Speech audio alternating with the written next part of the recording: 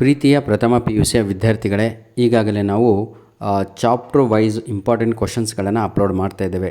Subject business studies, ವ್ಯವಹಾರ ಅಧ್ಯಯನ.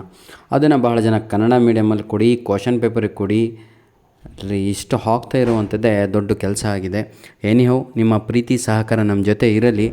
We will try our level best. ನಮ್ಮ ಕೈಲಿ ಆದಷ್ಟು ನಾವು ಸಹಾಯವನ್ನು ನಾವು ನಿಮಗೆ ಮಾಡಿಕೊಡ್ತೇವೆ.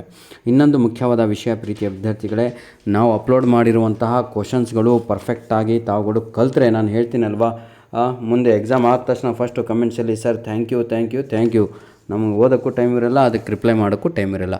ಆದರೆ ಅದು ಕೃತಜ್ಞತೆ ಅನ್ನೋದು ನಿಮ್ಮಲ್ಲಿ ಇರಬೇಕು. ಎಷ್ಟೋ ಜನ ಉಪಯೋಗಿಸ್ಕೊಂಡು ಅದನ್ನು ಬಿಸಾಕ್ಬಿಡ್ತೀರಾ. ಎನಿಹೋ, ಧನ್ಯವಾದಗಳು.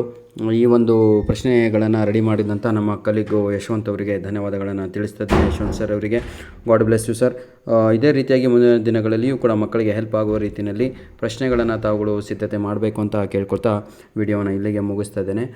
God bless you all the best for your annual exams. ಓದಬೇಕು, ಒಮ್ಮೆ ಓದ್ಬಿಡ್ತೀನಿ ಆಯಿತಾ, ಏನೋ ಒಂದು 30 ಸೆಕೆಂಡ್ ಆಗ್ಬೋದು. Chapter 6 social responsibility and the business ethics ಅಂತ ಇದೆ. ಎಕ್ಸ್ಪ್ಲೇನ್ ಬ್ರೀಫ್ಲಿ ದಿ ಆರ್ಗ್ಯುಮೆಂಟ್, ಏನಂತೀರ, agreements for the social responsibility. ಹೌದಲ್ವಾ? ಯಾವುದಿದು? 6ನೆಯ ಪಾಠ.